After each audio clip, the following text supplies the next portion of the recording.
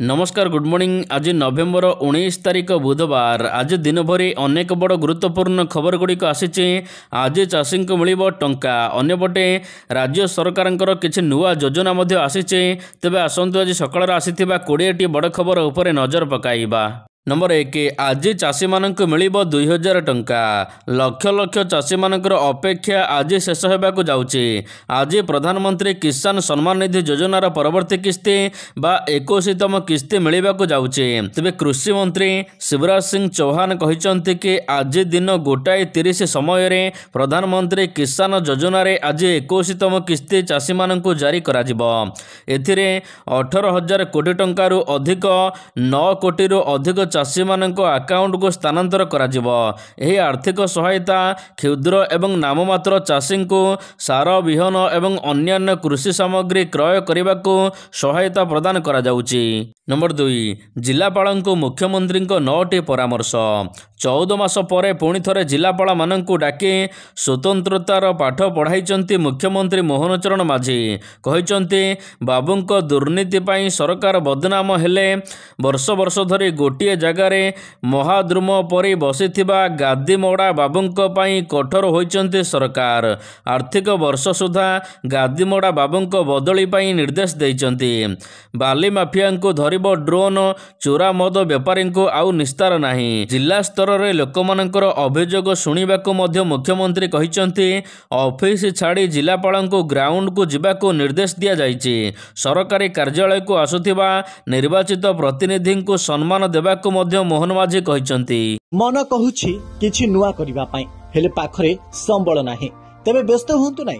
Madhulika enterprises एबे बुझिबो आपणक मन कथा। क्षुद्र शिल्प ठारू नै मध्यम शिल्प पई सुलभ मूल्य रे जोगाई देबो समस्त प्रकार मेसिन और रॉ मटेरियल, जहाकु नै आपण सहज रे आरंभ करि परिबे नुआ एक व्यवसाय। अधिक जानिबा पई आज ही कॉल करंतु। नंबर 3, ओडिशार अर्थनीति $500 बिलियन हेबो कहिले मुख्यमंत्री। आसंता 10 वर्ष भितर राज्यर अर्थनीति को $500 बिलियन करा जिवो। राज्य सरकार एमिति लक्ष्य रखिचंती 2036 रे जेतेबेले ओडिशा स्वतंत्र प्रदेश हेबार 100 वर्ष पूर्ण करिवो सेतेबेलको राज्यर अर्थनीति $500 बिलियन होइथिबो। एथिपई काम चलीचे। वर्षे रु 2 वर्ष पई योजना नुहे। जिलापाल एवं एसपी सम्मेलन रे एनै मुख्यमंत्री 5 वर्षीय योजना बाबद रे कहिसंती। बड़ चैलेंज को पूर्ण करने को आम समस्त दायित्व एवं निष्ठापर सहित काम करने को पड़िबो। आसंता 10 वर्ष रे ओडिशा देशर टॉप 5 राज्य भितर रहिबा को लक्ष्य धार्य करा जायछि। नंबर 4, ओडिशा रे गठन हेबो आउ 4 नुआ तहसील। तृणमूल स्तर में प्रशासनिक व्यवस्था को सुदृढ़ करने एवं सेवा जोगाण को अधिक कार्यक्षम करने लक्ष्य रे ओडिशा सरकार राज्य रे आउ 4टी नूतन तहसील गठन करने को निष्पत्ति नैचंती। एही नूतन तहसील को मिसाइले राज्यर मोट तहसील संख्या 317 रु वृद्धि पाई 321 हेबो। राजस्व और विपर्यय परिचालना विभाग पक्षरु नूतन यूनिट प्रतिष्ठा पाई 3टी जिलार जिलापाल को चिठी करा जाइछि। नूतन 4टी तहसील मध्यरु 2टी भुवनेश्वर रे प्रतिष्ठा हेबो। अवशिष्ट गोटे कटक रे एवं गोटे संबलपुर जिले में अछि। नंबर 5, शीतरे आसुची वर्षा। पुणी आउ एक लघुचाप संभावना। 22 तारिख बेलू दक्षिण पूर्व बंगोपसागर रे लघुचाप क्षेत्र सृष्टि हेबार संभावना रही। यार प्रभाव रे शीत कमिबो, बढ़िबो तापमात्रा। एपटे उत्तर दिगरु शुष्क वायु प्रभाव जोगु रातिर तापमात्रा कमिचे। आहुरी 24 घंटा थराइबो शीत। 25 वर्षर रेकर्ड भांगिची राजधानीर शीत। 6टी सहर में 10 डिग्री तले एवं पारद रोचे। बढ़ुचे शीत, थरुचे ओडिशा। आहुरी 2 दिन हाड़भंगा शीत हेबो। नंबर 6, राज्यसभा रेस चतुर्थ आसन कहार। ओडिशार 10 राज्यसभा सीट भितर आसंता वर्ष एप्रिल 2 तारिख में शेष होगाक जाउचे 4 राज्यसभा सांसदों कार्यकलाप। सुजित कुमार, मुन्ना खान, ममता महंत सहित निरंजन बिशी कार्यकाल आसंता वर्ष शेष ଶେଷ ହେବାକୁ ଯାଉଛି। ତେବେ ଖାଲି ହେବାକୁ ଥିବା ଏହି 4 ରାଜ୍ୟସଭା ଆସନରେ କିଏ ଉଚ୍ଚ ସଦନକୁ ଯିବ ଏହାକୁ ନେଇ ଏବେଠାରୁ ଚର୍ଚ୍ଚା ହେଲାଣି। ଏହାରି ଭିତରେ ବିଜେପି ରାଜ୍ୟସଭା ସାଂସଦ ସୁଜିତ କୁମାର ଏହି ପ୍ରସଙ୍ଗରେ ବଡ଼ ବୟାନ ଦେଇଛନ୍ତି।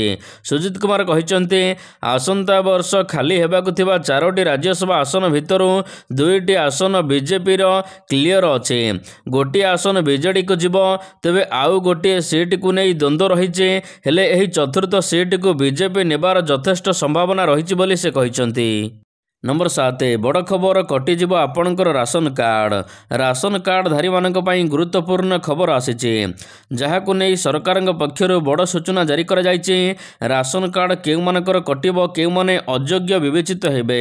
ଯେଉଁ ହିତାଧିକାରୀମାନଙ୍କର ଫ୍ଲାଟ୍ ବା 100 ବର୍ଗ ମିଟରରୁ ଅଧିକ ଏରିଆରେ ଘର ରହିଥିବ, ଗାଁରେ 2 ଲକ୍ଷ ଏବଂ ସହରରେ ବାର୍ଷିକ 3 ଲକ୍ଷ ଟଙ୍କାରୁ ଅଧିକ ରୋଜଗାର ଥିବ, ଟ୍ରାକ୍ଟର ଏହା ସହିତ ଅସ୍ତ୍ରଶସ୍ତ୍ର ଲାଇସେନ୍ସ ରହିଥିବ କିମ୍ବା 4 ଚକିଆ ଗାଡ଼ି ଥିବ, ଏମାନଙ୍କର କଟିଯିବ ରାସନ କାର୍ଡ଼। ତେବେ ରାସନ କାର୍ଡ଼ କେବଳ ଗରିବ ଲୋକମାନଙ୍କର।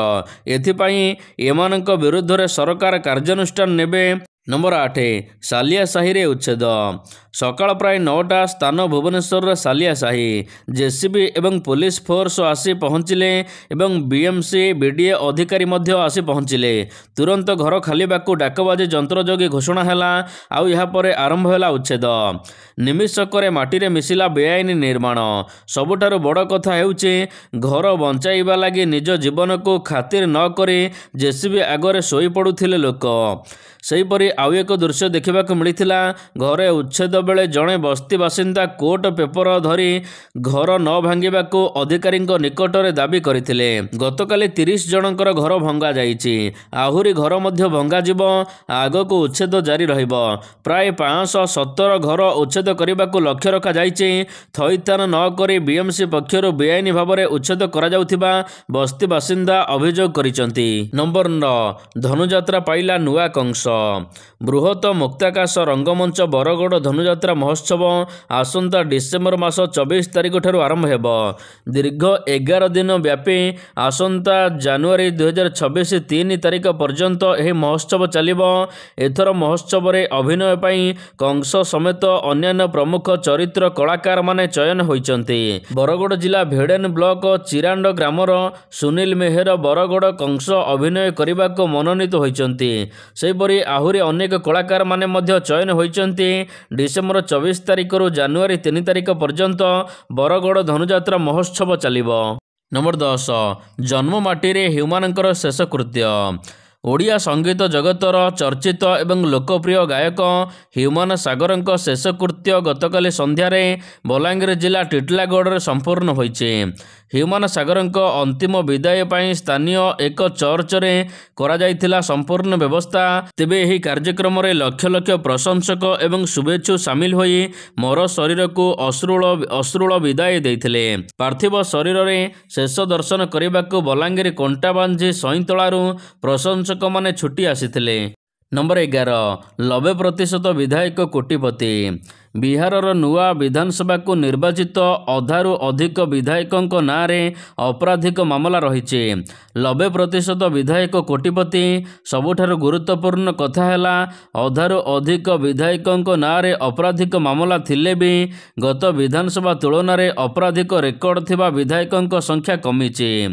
ବିହାର ବିଧାନସଭାକୁ ଏଥର ନିର୍ବାଚିତ 243 ବିଧାୟକଙ୍କ ମଧ୍ୟରୁ 214 ଜଣ ପୁରୁଷ, 29 ଜଣ ମହିଳା ଅଛନ୍ତି। 2020 ନିର୍ବାଚନ ତୁଳନାରେ ଏଥର ମହିଳା ବିଧାୟକଙ୍କ ସଂଖ୍ୟା ସାମାନ୍ୟ ବୃଦ୍ଧି ପାଇଛି। ଅନ୍ୟପକ୍ଷରେ ବିହାର ବିଧାନସଭାରେ ବଢ଼ିଛି ଧନୀ ବିଧାୟକଙ୍କ ସଂଖ୍ୟା। 90% ନୂଆ ବିଧାୟକ କୋଟିପତି।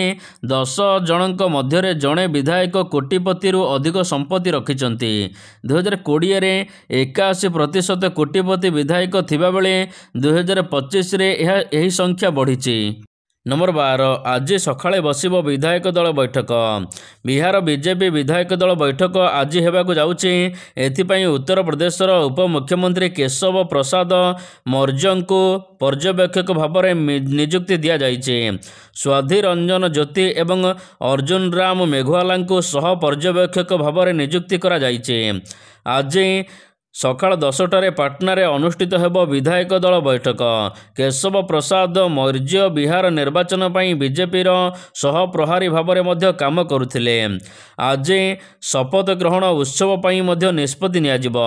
ଆସନ୍ତାକାଲି ବିହାରରେ ଶପଥ ଗ୍ରହଣ ଉତ୍ସବ ହେବ। ସମସ୍ତ ଦଳ ସେମାନଙ୍କର ବିଧାୟକଙ୍କ ସହିତ ସାକ୍ଷାତ କରିବେ ଆଜି। ନମ୍ବର 13 କାର୍ତ୍ତିକ ମାସ ସରିଲା ହେଲେ ଖସୁନି ପରିବା ଦର।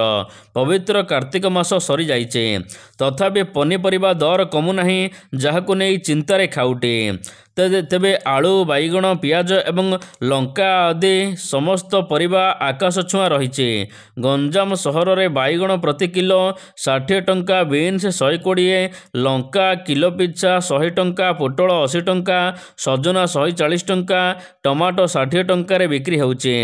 ଏଭଳି ପରିସ୍ଥିତିରେ ଖାଉଟି ହନ୍ତସନ୍ତ ହେଉଥିବା ଜଣାପଡ଼ିଛି। 200 ଟଙ୍କାରେ ପରିବା ବ୍ୟାଗ ଅଧା ମଧ୍ୟ ପୁରୁନି। ତେବେ କୁନ୍ଦୁଲି ଆଉ ଜହ୍ନି କିଲୋ 60 ଟଙ୍କାରେ ରହିଛି। ନମ୍ବର 14 ଏହି ମାଇକ୍ରେ ଆଉ କେହି ଗାଇବେ ନାହିଁ ଗୀତ। ତେବେ ଏହି ମାଇକ୍ରେ ଆଉ କେହି ଗୀତ ଗାଇବେ ନାହିଁ। କଟକ ମିଲନ ଷ୍ଟୁଡ଼ିଓରେ ହ୍ୟୁମାନ ସାଗର ଗାଉଥିବା ମାଇକ୍ରୋଫୋନ୍କୁ ତାଙ୍କ ନାଁରେ ସମର୍ପିତ କରିବା ସହିତ ଏହି ମାଇକ୍ରେ ଆଉ କେହି ଗୀତ ଗାଇବେ ନାହିଁ ବୋଲି ନିଷ୍ପତ୍ତି ହୋଇଛି। ଷ୍ଟୁଡ଼ିଓରେ ସେହି ମାଇକ୍ ହ୍ୟୁମାନଙ୍କ ସ୍ମୃତିକୁ ସାଇତି ରଖାଯିବ ବୋଲି ସଙ୍ଗୀତ ନିର୍ଦ୍ଦେଶକ ପ୍ରେମାନନ୍ଦ କହିଛନ୍ତି। ନମ୍ବର 15 ସରିଲା ନିର୍ବାଚନ, ଏବେ ଦାଦନ ଯିବାକୁ ସଜବାଜ। ଭୋଟ ଦେବାକୁ ଗାଁକୁ ଆସିଥିଲେ, ଆଉ ଏବେ ନିର୍ବାଚନ ସରିବା ପରେ ପୁଣି ଦାଦନ ଖଟିବାକୁ ଯିବେ ନୂଆପଡ଼ା ବାସିନ୍ଦା। ଏଥିପାଇଁ ଦଲାଲ ମଧ୍ୟ ସକ୍ରିୟ ହେଲେଣି। ପ୍ରସ୍ତୁତ ସରିଲାଣି, ଖୁବ୍ ଶୀଘ୍ର ରାଜ୍ୟ ବାହାରକୁ ଯିବେ ଲୋକେ। ନିର୍ବାଚନ ସରିବା ପରେ ଏବେ ସ୍ଥାନୀୟ ବାସିନ୍ଦାଙ୍କୁ ଘାରିଛି ପେଟପାଟଣା ଚିନ୍ତା। ତେଣୁ ବାହାର ରାଜ୍ୟକୁ ଯିବା ପାଇଁ ସଜବାଜ ହେଉଛନ୍ତି ଲୋକେ। ଏଥିପାଇଁ ଜୋରସୋରରେ ପ୍ରସ୍ତୁତି ଆରମ୍ଭ ହୋଇଛି। ବାହାରକୁ ଗଲେ ଯେଉଁ ସାମଗ୍ରୀ ନ ମିଳୁଛି ତାକୁ ଆଣି ସାଇତି ରଖନ୍ତି ନୂଆପଡ଼ାବାସୀ। ନମ୍ବର 16 45 ଭାରତୀୟଙ୍କୁ ସାଉଦିରେ କବର ଦିଆଯିବ। ସାଉଦି ଆରବର ମକ୍କା ମଦିନା ରାଜପଥରେ ହୋଇଥିବା ଭୟଙ୍କର ବସ୍ ଦୁର୍ଘଟଣାରେ ଅନେକ ପରିବାରକୁ ଗଭୀର ଭାବରେ ମର୍ମାହତ କରିଛି। ତେବେ ଏହି ବସ୍ ଦୁର୍ଘଟଣାରେ 45 ଜଣ ଭାରତୀୟ ନାଗରିକଙ୍କ ମୃତ୍ୟୁ ଘଟିଛି। ସେମାନଙ୍କୁ ଏବେ ହାଇଦ୍ରାବାଦ ଆଣିବା ଆଉ ସମ୍ଭବ ନୁହେଁ। ତେଲେଙ୍ଗାନା କ୍ୟାବିନେଟ୍ ଏକ ଗୁରୁତ୍ୱପୂର୍ଣ୍ଣ ଏବଂ ସମ୍ବେଦନଶୀଳ ନିଷ୍ପତ୍ତି ନେଇଛି ଯେ ମୃତକଙ୍କ ଶବଦାହ ଆଉ ଭାରତରେ ନ କରାଯାଇ ସାଉଦି ଆରବରେ କରାଯିବ। ତେଲେଙ୍ଗାନା ସରକାର ଘୋଷଣା କରିଛନ୍ତି, ବସ୍ ଦୁର୍ଘଟଣାରେ ମୃତ୍ୟୁବରଣ କରିଥିବା 45 ଜଣ ଭାରତୀୟ ତୀର୍ଥଯାତ୍ରୀଙ୍କ ମୃତଦେହକୁ ସାଉଦି ଆରବରେ ସେମାନଙ୍କର ଧାର୍ମିକ ରୀତିନୀତି ଅନୁସାରେ କବର ଦିଆଯିବ। ଏହି ନିଷ୍ପତ୍ତି ସାଉଦି ଆରବ ଆଇନ ଏବଂ ହଜ୍ ତଥା ଉମାର ମନ୍ତ୍ରଣାଳୟର ନିଷ୍ପତ୍ତି ଅନୁସାରେ ନିଆଯାଇଛି। ନମ୍ବର 17 ବିନା ପରୀକ୍ଷାରେ ରେଲବାଇରେ ନିଯୁକ୍ତି। ରେଲବାଇରେ ଏବେ ପଦବୀ ବାହାରିଛି। ସାଉଥ୍ ଇଷ୍ଟର୍ଣ୍ଣ ରେଲବାଇରେ ଏବେ ପଦବୀ ବାହାରିଛି। ଆବେଦନ ଆରମ୍ଭ ହୋଇଛି। ଆଗ୍ରହୀ ଏବଂ ଯୋଗ୍ୟ ପ୍ରାର୍ଥୀମାନେ ରେଲବାଇ ୱେବସାଇଟକୁ ଯାଇ ସେମାନଙ୍କର ଆବେଦନ ପତ୍ର ପୂରଣ କରିପାରିବେ। ଶେଷ ତାରିଖ ଡିସେମ୍ବର 17 ତାରିଖ 2025। ଆଗ୍ରହୀ ପ୍ରାର୍ଥୀମାନେ ଏହି ତାରିଖ ପୂର୍ବରୁ ଆବେଦନ କରିପାରିବେ। ଖାଲି ସ୍ଥାନ ବିବରଣୀ। ଏହି ନିଯୁକ୍ତି ଅଭିଯାନ ମୋଟ 1785 ପଦବୀ ପୂରଣ କରାଯିବ ବୋଲି ନିଷ୍ପତ୍ତି ହୋଇଛି। ନମ୍ବର 18 ବାଂଲାଦେଶରେ ସ୍ଥିତି ଅଣଆୟତ୍ତ। ବାଂଲାଦେଶର ପୂର୍ବତନ ପ୍ରଧାନମନ୍ତ୍ରୀ ଶେଖ୍ ହାସିନାଙ୍କୁ କୋର୍ଟ ମୃତ୍ୟୁଦଣ୍ଡ ଦେବା ପରେ ସାରା ଦେଶରେ ବ୍ୟାପକ ହିଂସା ଦେଖିବାକୁ ମିଳିଛି। ୟୁନୁସ୍ ସରକାର ବିରୋଧରେ ହାସିନାଙ୍କ ସମର୍ଥକ ରାସ୍ତାକୁ ଓହ୍ଲାଇଛନ୍ତି। ଗତକାଲି ବାଂଲାଦେଶ ବନ୍ଦ ଡାକରା ଦିଆଯାଇଥିଲା ହାସିନାଙ୍କ ସେନା ତରଫରୁ। ମାନବତା ବିରୋଧରେ ଅପରାଧିକ ଭାବରେ ଆନ୍ତର୍ଜାତୀୟ କୋର୍ଟ ଏଭଳି ନିଷ୍ପତ୍ତି ନେଇଛି ବୋଲି ସେମାନେ କହିଛନ୍ତି। ଏହାପରେ ହାସିନାଙ୍କ ସମର୍ଥକମାନେ ରାସ୍ତାକୁ ଓହ୍ଲାଇ ଏହି ଦଣ୍ଡାଦେଶକୁ ବିରୋଧ କରିଛନ୍ତି। ସ୍ଥିତି ନିୟନ୍ତ୍ରଣ କରିବାକୁ ପୋଲିସ ଲାଠି ଚାଳନା ଏବଂ କିଛି ସ୍ଥାନରେ ଗୁଳି ଚଳାଇଥିବା ସୂଚନା ମିଳିଛି। ଅଣଆୟତ୍ତ ହୋଇପଡ଼ିଛି ବାଂଲାଦେଶର ରାଜଧାନୀ ଢାକାର ସ୍ଥିତି। ନମ୍ବର 19 ଶେଖ୍ ହାସିନାଙ୍କୁ ଫେରାଇବ ନାହିଁ ଭାରତ। ନଭେମ୍ବର 17 ତାରିଖରେ ଅନ୍ତର୍ଜାତୀୟ ଅପରାଧିକ ଟ୍ରିବ୍ୟୁନାଲ ବାଂଲାଦେଶର ପୂର୍ବତନ ପ୍ରଧାନମନ୍ତ୍ରୀ ଶେଖ୍ ହାସିନାଙ୍କୁ ମୃତ୍ୟୁଦଣ୍ଡ ଶୁଣାଇଛନ୍ତି। ସେପଟେ ବାଂଲାଦେଶରେ ଦଙ୍ଗା ସ୍ଥିତି ପରେ 2024 ମସିହାଠାରୁ ଭାରତରେ ଆଶ୍ରୟ ନେଇଥିବା ବାଂଲାଦେଶର ପୂର୍ବତନ ପ୍ରଧାନମନ୍ତ୍ରୀ ଶେଖ୍ ହାସିନାଙ୍କୁ ଭାରତ ଫେରାଇବାକୁ ଚାପ ଲଗାତାର ପଡ଼ୁଛି। ତେବେ ମହମ୍ମଦ ୟୁନୁସଙ୍କ ସହିତ ଶତ୍ରୁତା ସୃଷ୍ଟି କଲେ ମଧ୍ୟ ହାସିନାଙ୍କୁ ଭାରତ ଫେରାଇବ ନାହିଁ। ନମ୍ବର 20 ପୁଣି ରୋହିତ ହେବେ ଅଧିନାୟକ। ଦକ୍ଷିଣ ଆଫ୍ରିକା ବିପକ୍ଷ ଗୁରୁତ୍ୱପୂର୍ଣ୍ଣ ଦିନିକିଆ ସିରିଜ୍ ପୂର୍ବରୁ ଭାରତୀୟ ଦଳ ଏକ ବଡ଼ ନେତୃତ୍ୱ ସଙ୍କଟ ଦେଇ ଗତି କରୁଛି। नियमित अधिनायक शुभमन गिल बेकरे आघात जोगु आगामी 3 मैच विशिष्ट दिनिकिया सीरीज बाद पड़िबार संभावना रही। से दक्षिण आफ्रिका विपक्ष द्वितीय तथा अंतिम टेस्ट रु मध्य बाद पड़िबे बोली कहा जाउचे। गिल बाद पड़िबा परे एबे उप अधिनायक श्रेयस आयर आहत अछंती। केएल राहुल किंबा टेस्ट उप अधिनायक ऋषभ पंत अधिनायक दौड़े आगर अछंती, किंतु अधिनायक दायित्व एबे मिली पारे रोहित शर्मा को। नंबर 22 केबे और केउठी खेला जिवो द्वितीय टेस्ट मैच जानतु। कड़ा टक्कर दे सीरीज बराबर करबा पई चेष्टा करिबो भारत। तबे केउठारे खेला जिवो भारत दक्षिण Africa test match 2 number test match. सूचना अनुसार 2 नंबर टेस्ट मैच नवेम्बर 22 तारिख रे खेला जिवो। भारत बनाम दक्षिण आफ्रिका टेस्ट सीरीज रो द्वितीय मैच नवेम्बर 22 रे खेला जिवो। आउ एही मैच टी गुवाहाटी रे अनुष्ठित हेबो।